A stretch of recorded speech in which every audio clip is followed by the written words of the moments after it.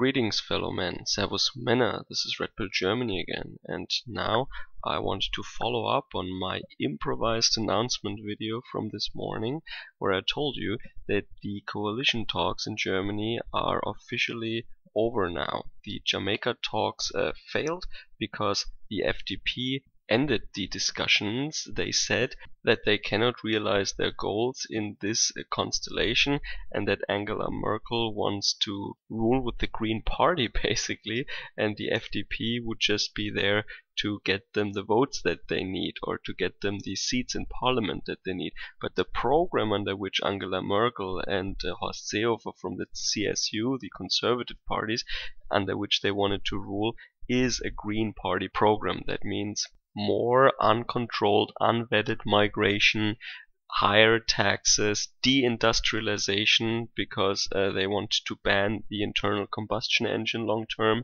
And what they wanted to put in the coalition contract definitely is that you switch off coal power in Germany.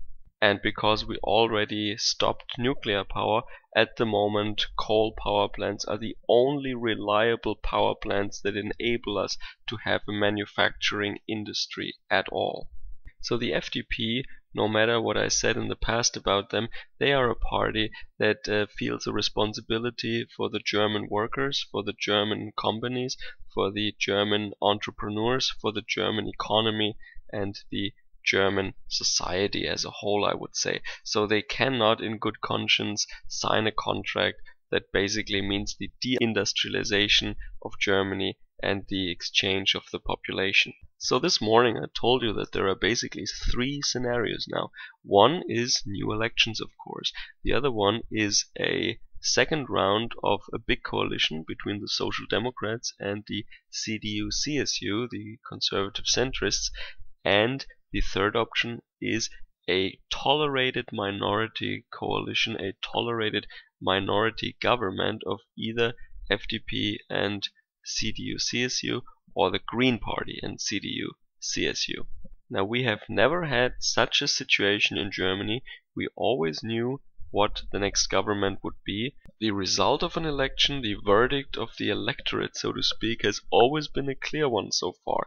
So we always used to, well, mock a little bit the Italians or the people in Belgium or the Dutch, for example, because they had so difficult times of finding coalitions, finding a stable government, and we always said, oh, these are chaotic countries. Well, welcome to the 21st century, welcome to 2017.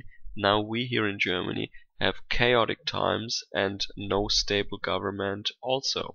So I have to say to that the option big coalition is already out of the window, cannot be realized, because the Social Democrats definitely said that they will not participate in another installment of a big coalition. So they will definitely be in the opposition. They do not want to participate in a government with the union parties, with the CDU-CSU under Horst Seehofer and Angela Merkel, and they said even without Angela Merkel they would not participate in a big coalition. So the Social Democrats are definitely going into the opposition role.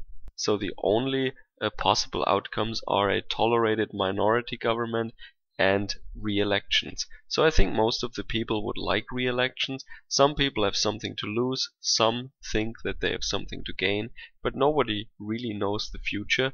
So let's talk more about this tolerated minority government. So for example, we have seen that Angela Merkel and the Green Party, they really want to rule together. They act like best buddies, like best friends. I told you before, and I think this is true, Angela Merkel is at heart a Green Party member, a Green Party politician. She was infiltrating the Conservative Party. She seized that opportunity when Helmut Kohl was weakened by a corruption scandal. It was her big takeover. I treated that in a video some time ago. But she was actually in the same party as the head of the Green Party right now. So they are old buddies from Eastern Germany, and they would love to be in government together. But of course, the two parties, or the three parties, the CDU, CSU, and the Green Party, they don't have the votes they need to form a stable government. So that means that the Social Democrats or someone else would have to tolerate them. That means they tell them that they will support their government, but they will not participate in the government. But they basically promise them to back up a lot of their laws or their endeavors if they are included into the talks or included into the decision-making process somewhat.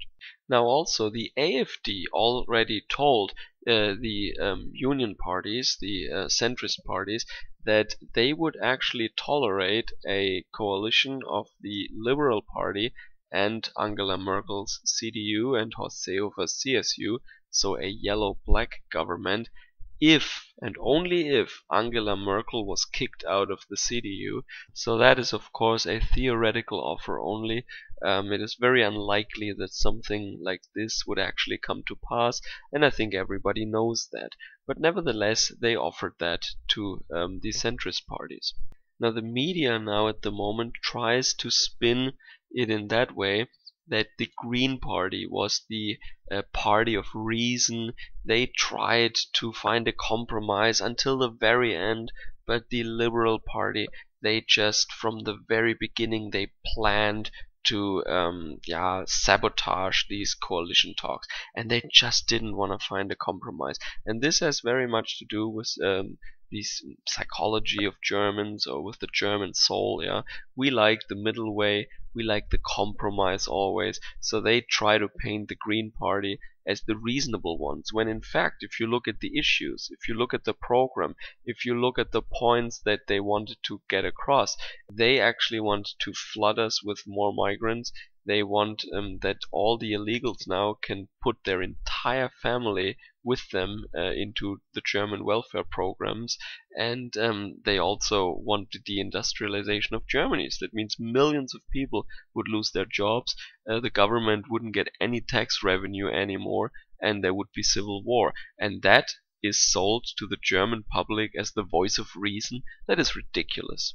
But because the Liberal Party, so to speak, lost in a game of chicken here, they are now perceived by the general public as the party who caused the coalition talks to fail. It's not that the demands of the Green Party would be leading us to civil war. No, that was not the reason. No, it was the party who went in front of the microphones and declared that they are gonna end these talks. So this is a very simplistic explanation that aims at low IQ people. They say, okay, the ones who got up from their chairs first were the ones who are at fault. But this is of course very simplistic and not true in my opinion. Now it was actually reported that the chief of the Liberal Party, Christian Lindner, he got up from his chair and declared the negotiations as over when he saw that Horst Seehofer from the Bavarian Conservative Party, CSU, was actually agreeing to increased migration and to the right of illegals to get all their families, their entire families, here into Germany, into the German welfare system. When the FDP, when the Liberal Party heard that, they immediately got up and ended the negotiations. And if that is true, we would actually have to thank the Liberal Party for being the responsible one, for being the actual voice of reason, while the Conservative Party once again committed treason to Germany and to the electorate and to Europe as a whole.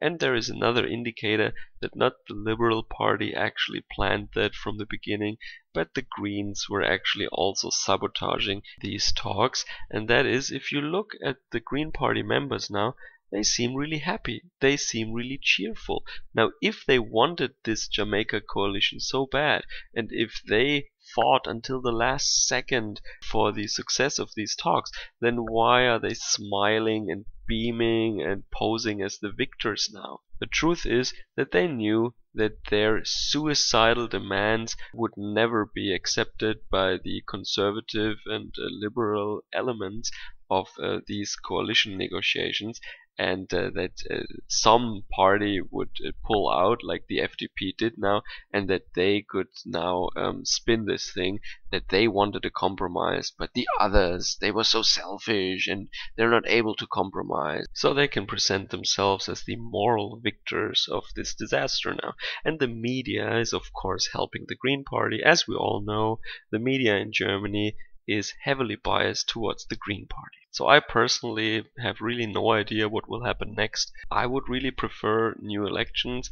I do not want a minority government. This Jamaica coalition would have been chaotic and very weak, a very weak government, and any minority government will, of course, per definition, be very weak. So that is not a very good option for Germany, and re-elections could maybe solve this issue. But according to the polls, not so much would change, and we would actually find ourselves in the very same situation as right now. So unless public opinion really changes in one direction or the other, new elections will also not change anything. But maybe we notice that we don't really need a stable government. Maybe our industry, our economy is just doing what it always does, and we don't really need politicians so much. Maybe we will just have a stalemate for another 2 years, and then we will maybe form some weird new government. I don't know. But it could also be that the Social Democrats would tolerate a coalition between Angela Merkel and the Green Party. And that would be actually pretty bad for Germany, because we know that Angela Merkel is a Green Party politician already, and then the Green Party would effectively rule, or let's say green ideology would in fact rule over Germany. But as you know, the game is always going like this, that if that were actually to occur, the right would only get even stronger. So I hope this short presentation was clearing some things up for you guys out there, and I will keep you posted of what's going to happen next. Enjoy the rest of your week. I hope you had a good start into the week. Catch you guys again later. Servus, Kameraden.